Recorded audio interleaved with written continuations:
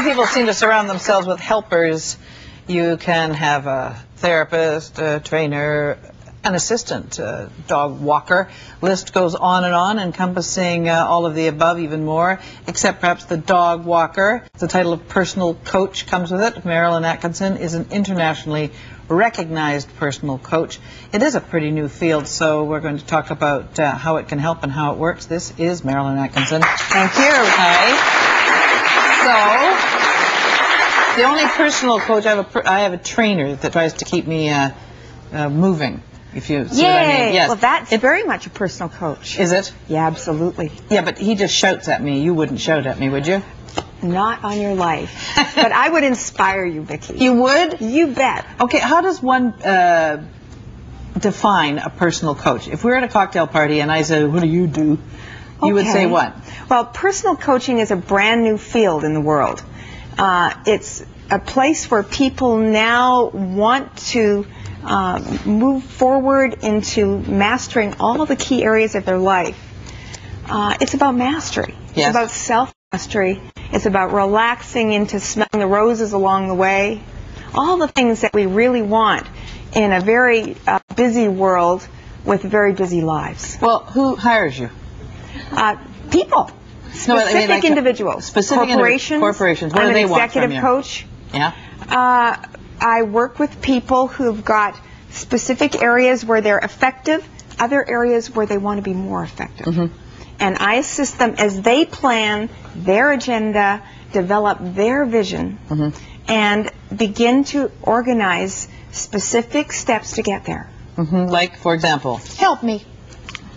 Okay, everything from negotiation skills to meeting management. Right. Everything from personal development in the area of relationships to how to manage your health. Right. So you deal, let's say I were to come to you as a potential client. Right. You would have to interview me, so to speak. You bet. And I would be very interested in how you create a vision, what values you have, how you know what is the most important aspects of your own developing story, your narrative. Yes. And you write all this down? And then what do? Plan a graph? Or do you give somebody a say, here, this is what we have to do together? Well, we'd plan an agenda where perhaps we'd meet on the telephone, 2-3 times a week. Oh, right. You don't meet personally? At the beginning, we might. Would, yeah. And we would basically work week by week with whatever is relevant for your unfolding development. Well, let's have an example of what you could take that wasn't working and fix it, if that's the expression. Well, it's not so much a matter of fixing it. Mm-hmm. It's discovering that we already know we all have the resources within us. We're all okay. This is what people are dying to find out. That they're okay? You bet. When they work with a personal coach, all the old therapy issues begin to die away, and you discover that fundamentally you're okay. Yeah. And that you can find the resources inside to accomplish what you've always wanted to accomplish. This is would you say, an urban problem that you deal with? I mean, people that maybe work on a farm in the middle of nowhere that have no time to think about these things, are they coming to you? Not yet. But you know what? They haven't discovered. I mean, this is a brand new discovery in the world. Who discovered it? It's been around, of course. There's been threads of it for years. But we were far too caught up with the idea of being taught, somebody telling us what to do. People didn't realize that they could begin to work with their own inner teacher. Right. And that the coach is simply a guide. So I train coaches. I'm the trainer. I'm the leader of a variety of colleges around the world. Right, Erickson. Erickson College. And you can find out about Erickson College at erickson.edu, www.erickson.edu. Right. And you'll discover it. Who was Erickson? He was a great master communicator. Died in the 80s.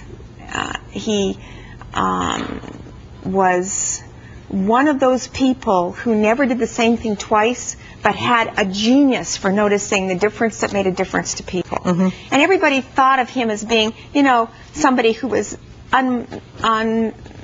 copyable. You can't be another Milton. But in fact, coaches all over the world are discovering that as they relax into the role of coach, they get inspired by their clients in such a way that they can assist them to move beyond their old fears and difficulties. So what happens at there's an Erickson College here. You bet. I don't go there. Only people that learn to be a coach go there. Is that what that's about? Yeah, we train coaches. Yes. We train solution-focused methods for counselors. We train accelerated learning skills as well, genius skills. Right. What does that mean? You can turn, I don't know, me into a genius. I mean, You are a genius, Vicki, and you know it. See, the thing is, people... I actually hadn't known it until you told me, but now I feel much better about myself. Yay. I can't add a list of numbers, so I think that falls somewhere outside the genius category. Well, you know what? That's how come people don't notice. Because they notice the things that they can't do, not the things they can. I think that's a wise thing to know what you can't do, though. Absolutely. This is not to say that we aren't developing effectively the geniuses we've got. Right. But to discover that you have far more resources than you think you have. That's not a bad thing. You bet. Right. That's the arena of coaching. That's the arena of personal mastery. That's what sports coaches do. They've been doing it for years. I knew it. Okay, I'll be right back.